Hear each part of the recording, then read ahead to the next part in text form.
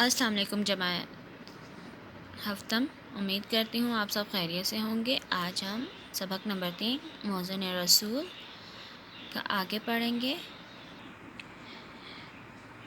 11 ہجری میں سرور کائنات نے سفر آخرت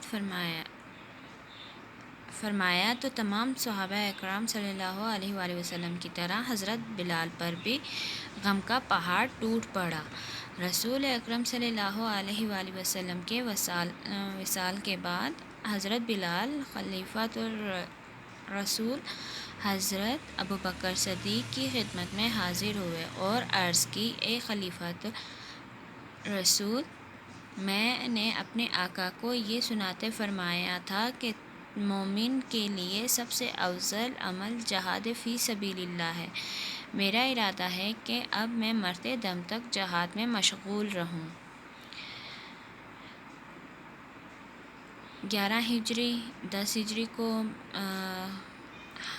حج کیا تھا حضور پاک صلی اللہ علیہ وسلم نے، اور حجۃ الوداع،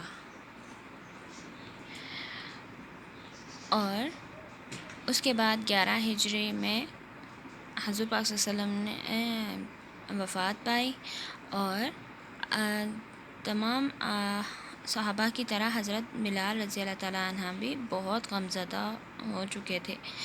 رسول صلی اللہ علیہ وآلہ وسلم کے وصال کے بعد حضرت بلال نے خلیفہ رسول حضرت ابوبکر صدیق کی خدمت میں حاضر ہوئے اور عرض کی کہ حضرت ابوبکر صدیق یا خلیفہ رسول،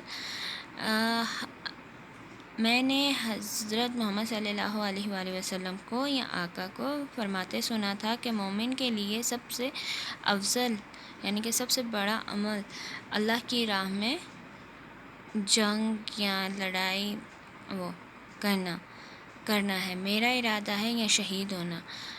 میرا ارادہ ہے کہ اب میں مرتے تک جہاد میں مشغول رہوں۔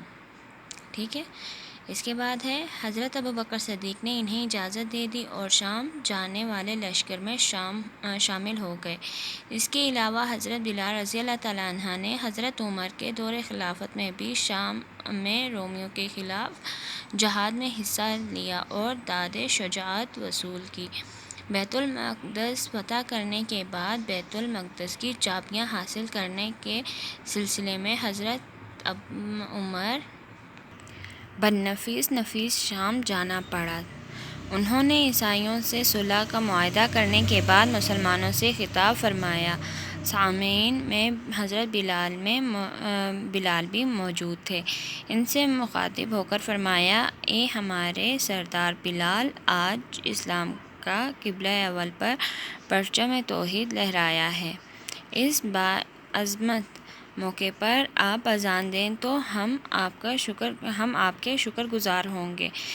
حضرت بلال نے عرض کی، امیر المومنین، میں عہد کر چکا ہوں کہ رسول اکرم کے بعد کسی کے لیے اذان نہ دوں گا، لیکن آج آپ کے ارشاد کی تکمیل میں اذان دیتا ہوں۔ یہ کہہ کر وہ اذان کے لیے کھڑے ہوئے۔ جب ان کے منہ سے اللہ اکبر کے الفاظ نکلے تو صحابہ اکرام کی حالت ایسی ہوئی گویا کہ ان کے قلب و جگر کے ٹکڑے ہو گئے۔ انہیں رحمت عالم کا عہد مبارک یاد آیا۔ حضرت ابوبکر صدیق نے انہیں اجازت دے دی تھی۔ وہ شام کے لیے جو لشکر ان کا جا رہا تھا جہاد کے لیے، ان میں حضرت بلال بھی شامل ہو گئے۔ پھر حضرت عمر رضی اللہ تعالیٰ عنہ کا دور خلافت آیا کہ انہوں نے حکومت کی اسلام کو آگے لے جانے کے لیے، تو شام میں رومیوں کے خلاف جہاد میں حصہ لیا اور داد شجاعت وصول کی۔ بیت المقدس کی چابیاں حاصل کرنے کے لیے حضرت عمر کو شام جانا پڑا تو انہوں نے عیسائیوں سے صلح کا معاہدہ کرنے کے بعد مسلمانوں سے خطاب کیا، یعنی کہ انہوں نے عیسائیوں سے صلح کر لی تھی۔ تو اس کے بعد حضرت بلال رضی اللہ تعالیٰ عنہ نے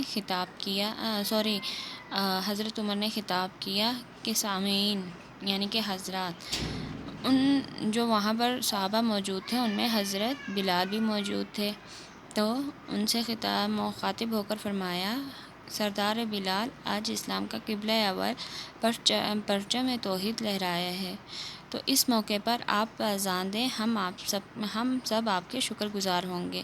تو حضرت بلال رضی اللہ تعالیٰ عنہ نے عرض کیا کہ امیر المومنین، میں عہد کر چکا ہوں کہ رسول صلی اللہ علیہ وآلہ وسلم کے بعد اور کسی کے لیے اذان نہیں دوں گا، مگر آج میں آپ کے ارشاد کی تکمیل کرتا ہوں، یعنی کہ آپ کی بات مانتا ہوں تو اذان دے دیتا ہوں۔ یہ کہہ کر وہ اذان کے لیے کھڑے ہوئے۔ ان کے منہ سے جیسے ہی اللہ اکبر کے الفاظ نکلے تو صحابہ کی حالت ایسی ہو گئی کہ ان کا دل اور جگر کے ٹکڑے ٹکڑے ہو گئے، اور انہیں حضرت محمد صلی اللہ علیہ وآلہ وسلم کا عہد مبارک یاد آ گیا۔ بچوں یہاں تک ہم نے پڑھ لیا ہے، اب آپ اس کے خالی جگہ بنائیں گے، کریٹیو رائٹنگ کر کے لے کر آئیں گے، ٹھیک ہے؟ اس کی مجھے پھر آپ پکچرز بھیج دینا۔ اپنا خیال رکھیے گا، اللہ حافظ۔